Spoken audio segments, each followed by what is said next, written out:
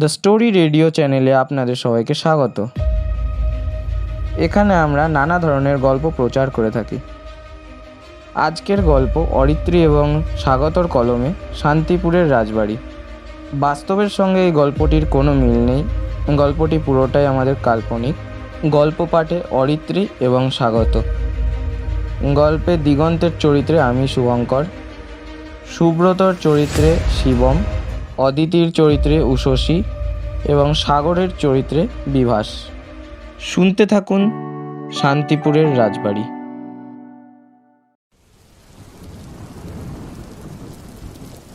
বৃষ্টি আজ ভালো জোরেই পড়ছিল। ক্লাবেও সেরকম কেউ ছিল না, শুধু আমরা কয়েকজন ছাড়া। আমরা কয়েকজন মানে আমি, সুব্রত, দিগন্ত আর সাগর। আমার নাম অর্ণব।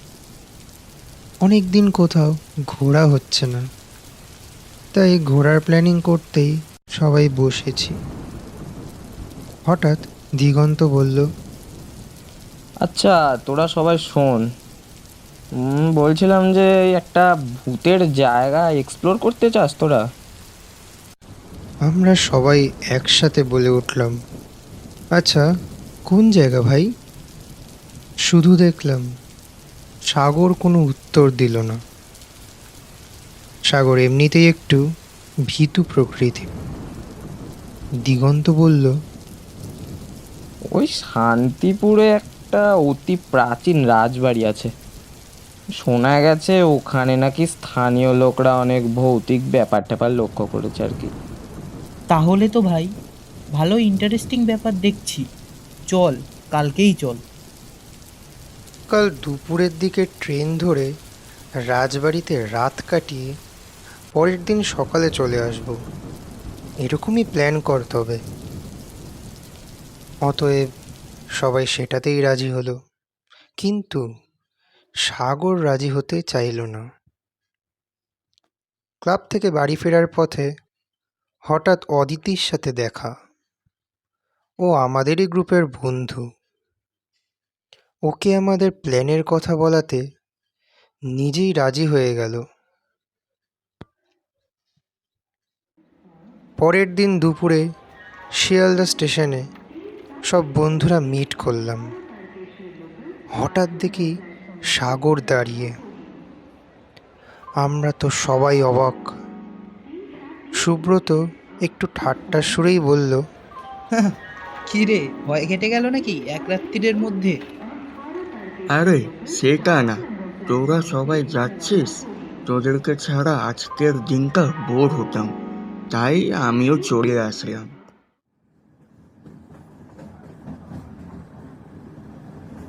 ট্রেনে যেতে যেতে আমি বললাম, শোন তবে আজকে রাজবাড়িতে প্ল্যান চেট করলে কেমন হয়? হ্যাঁ, করা তো যেতেই পারে, কিন্তু তিন কোনা টেবিল কোথায় পাবি? হ্যাঁ সেটাও তো ঠিক, তবে দেখা যাক। বিকেলে আমরা শান্তিপুর স্টেশনে নামলাম। স্টেশনের চারপাশটা বেশ ফাঁকা, আর আকাশটা তখনও গোমড়ামুখ করেই ছিল। একটু হেঁটে একটা অটো নিয়ে আমরা রওনা দিলাম রাজবাড়ির দিকে। অটোওয়ালা লোকটা আমাদের দিকে তাকিয়ে বলল, বাবু মশাই, আপনারা কি সত্যি ওখানে যাবেন এই সময়? দিগন্ত একটু হেসে বলল, আরে হ্যাঁ কাকু, ওই একটা রাতের জন্যই যাচ্ছি, একটু ঘুরে দেখবো আর কি। লোকটা একটু মুখটা কুঁচকে নিয়ে কেমন যেন বলল, ঘুরতে তো অনেক জায়গায় আছে বাবুরা, ওই রাজবাড়িটা ঠিক জায়গা না। তারপর আর কিছু বলল না, কিন্তু ওর চোখের চাহনিটা অদ্ভুত ঠেকছিল। প্রায় 15 মিনিট পর আমরা পৌঁছে গেলাম রাজবাড়ির সামনে।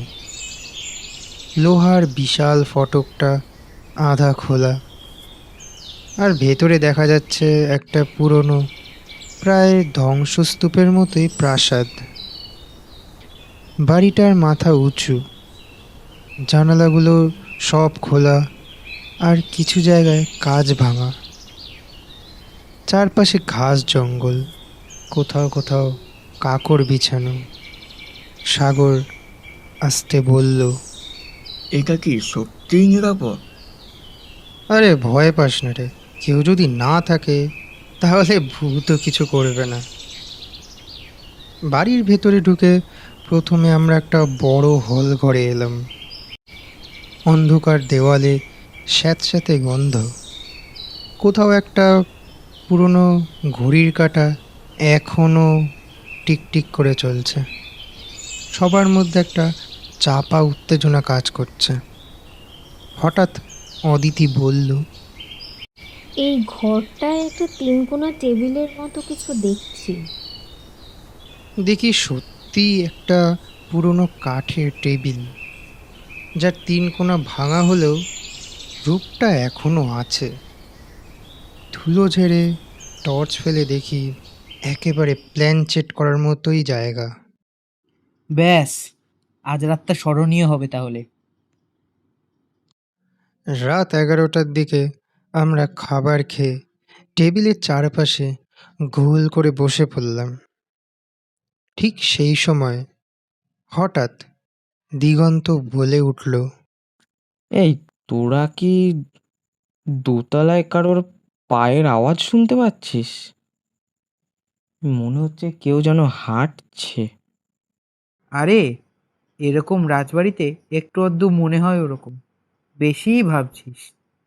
না, দিগন্ত কিছু ভুল বলেনি। আমিও শুনতে পাচ্ছি এবার। জানলা দিয়ে মাঝে মাঝে বিদ্যুৎ চমকাচ্ছে, বাতাসের শব্দ, আর কোথা থেকে যেন একটা বিড়ালের মিউ মিউ আওয়াজ ভেসে আসছে। পরিবেশটা বেশ গা ছমছমে। হঠাৎ যেন মনে হলো দোতলায় সিঁড়ির পাশে কোনো ছায়ামূর্তি দাঁড়িয়ে আছে। অর্ণব ধীরে বলল, আছেন কি কেউ এখানে? আমরা কথা বলতে চাই। আমি আর সুব্রত দুজনেই একটু সাহসী প্রকৃতির।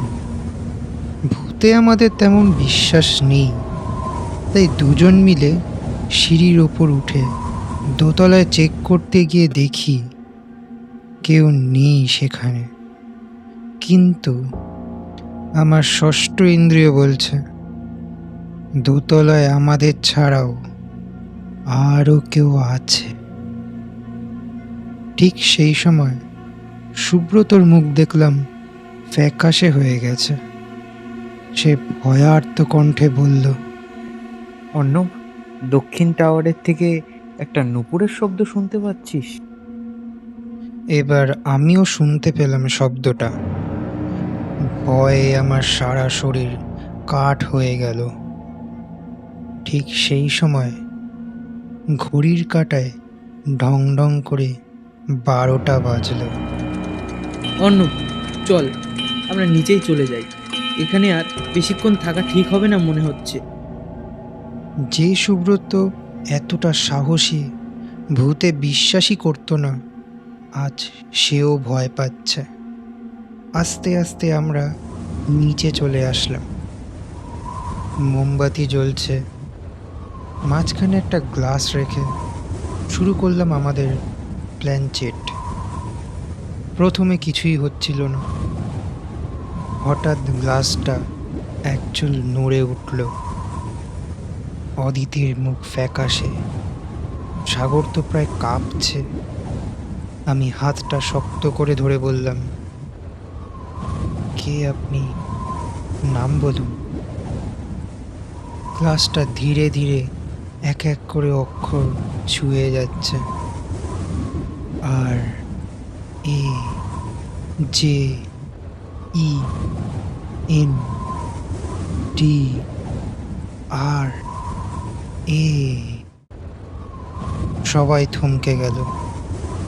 দিগন্ত ধীরে বলল, রাজেন্দ্র, শান্তিপুর রাজবাড়ির শেষ জমিদারের নাম ছিল রাজেন্দ্রনাথ রায়।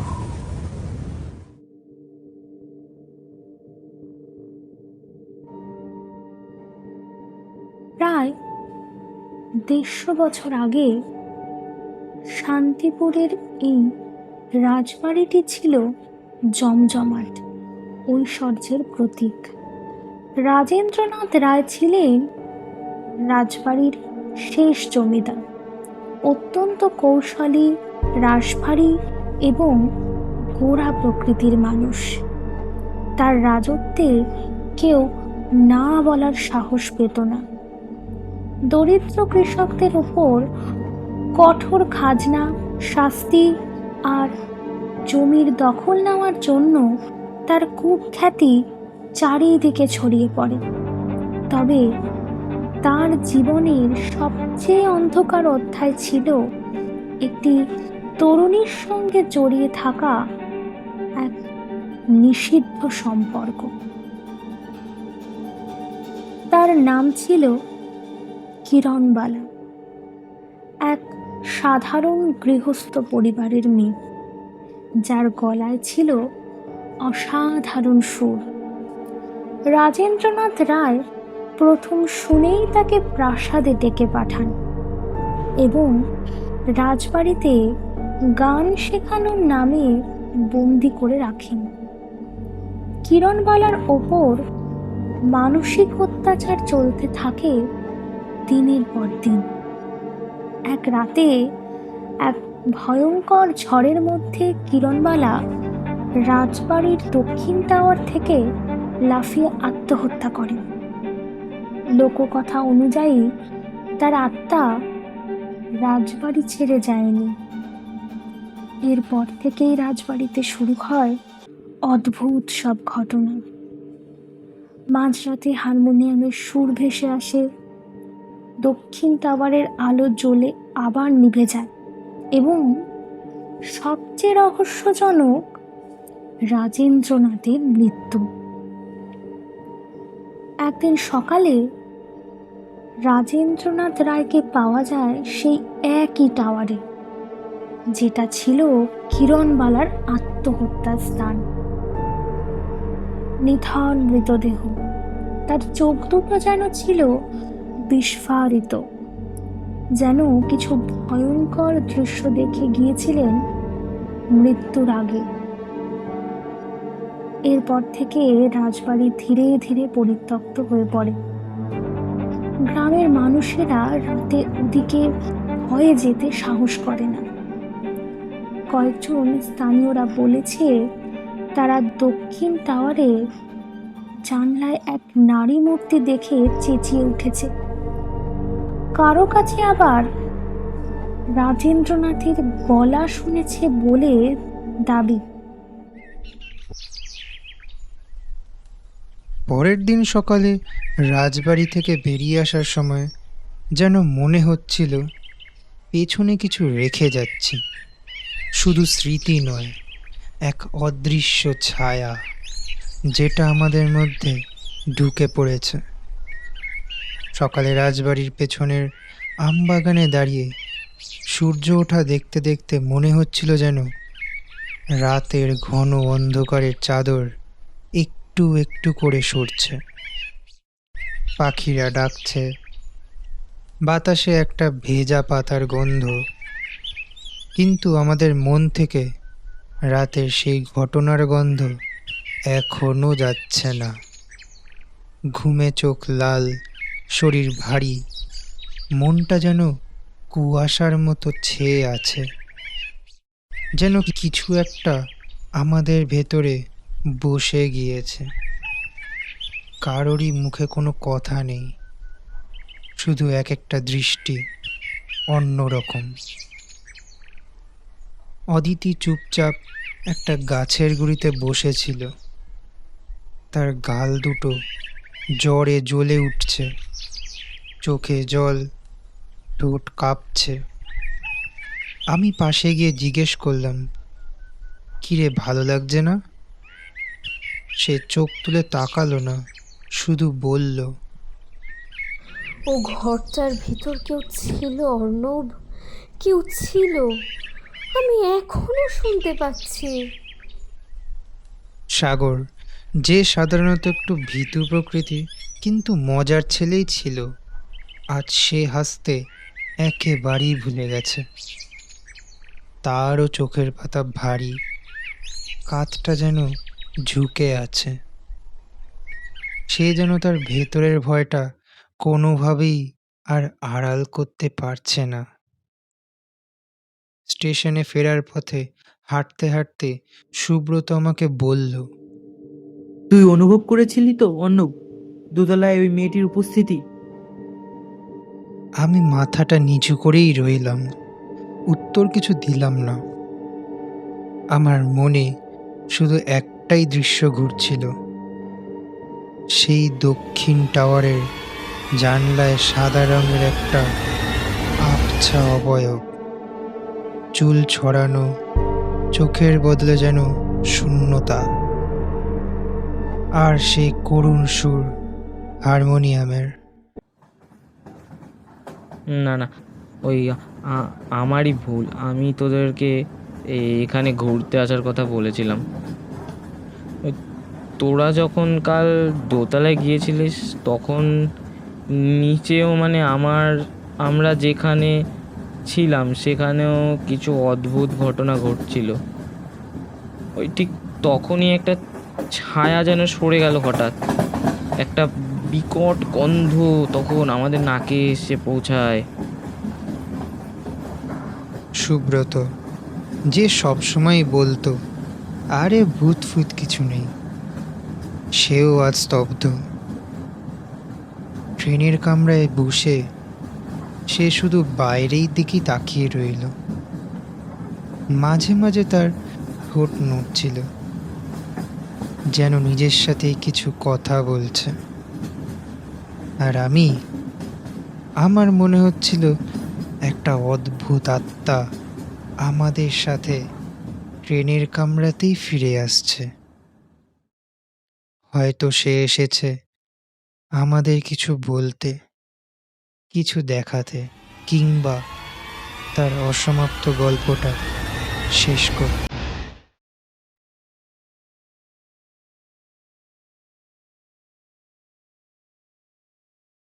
পরের 5টা দিন যেন সময় থমকে গেছিল আমাদের জীবনে। অদিতি আর সাগর প্রবল জ্বরে ভুগতে লাগলো। অদিতি মাঝরাতে উঠে চিৎকার করে বলতো, ওহ, ও আবার এসেছে। ওই গানটা বাজছে, শুনছো না? অদিতির মা আমাদের ফোন করে বলতেন, ওর চোখে ঘুম নেই, মুখে শুধু একটাই নাম, কিরণ, কিরণবালা। সাগরও হঠাৎ হঠাৎ মাটিতে বসে কিছু বলতে থাকতো। তোরা কি শুনতে পাচ্ছিস না? দেওয়ালের ওদিক থেকে কেউ ডাকছে, রাজেন্দ্র। আমরা কেউই কিছু বুঝে উঠতে পারছিলাম না। একদিন গভীর রাতে আমি আবার সেই গ্লাসটা হাতে নিলাম, একা। মোমবাতি জ্বালালাম। ঘরের জানলার কাছে বৃষ্টি পড়ছিল। আমি বললাম, রাজেন্দ্রনাথ রায়, আপনি কি এখনো এখানে আছেন? গ্লাসটা না নড়লেও মনে হলো আমার ঘাড়ের ওপর কেউ ঠান্ডা নিঃশ্বাস ফেলল। আর এক মুহূর্তে ঘরের বাতাস হিম হয়ে গেল। আমি জানতাম গল্পটা এখানে শেষ না। আমরা শুধু একটা পর্দা সরালাম, যার আড়ালে আছে বহু না বলা কথা, হারিয়ে যাওয়া কান্না আর অপূর্ণ প্রতিশোধ। আজও শান্তিপুরের রাজবাড়ির দক্ষিণ টাওয়ারে হালকা আলো জ্বলে ওঠে, আবার নিভেও যায়। আজও ঝড়ের রাতে ভেসে আসে এক নারী কণ্ঠের সুর, যেন সে কাউকে ডাকছে, কাউকে ফিরে পেতে চাইছে। আর এক গম্ভীর পুরুষ কণ্ঠ ফিসফিসিয়ে বলে ওঠে, আমি ফিরব, আমি এখনো শেষ হইনি। আমরা সেই অন্ধকারের সাক্ষী ছিলাম। ভবিষ্যতে কেউ যদি ওখানে যায়, দয়া করে গান থেমে গেলে থেমে পড়ো না। শোনো, পেছন থেকে কেউ হয়তো তোমাকেই ডাকছে। সব গল্প শেষ হয় না, কিছু গল্প শুধু শুরু হয় ভয়ের ছায়ায়। শুনছিলেন শান্তিপুরের রাজবাড়ি। গল্পটি ভালো লাগলে অবশ্যই লাইক করবেন এবং কমেন্টে জানাবেন এবং সাবস্ক্রাইব করে রাখবেন আমাদের পরবর্তী গল্পের নোটিফিকেশনের জন্য। আর আপনারা কেউ যদি আমাদের গল্প পাঠাতে চান তাহলে অবশ্যই ডেসক্রিপশনে দেওয়া মেল আইডিতে আমাদের মেল করতে পারেন।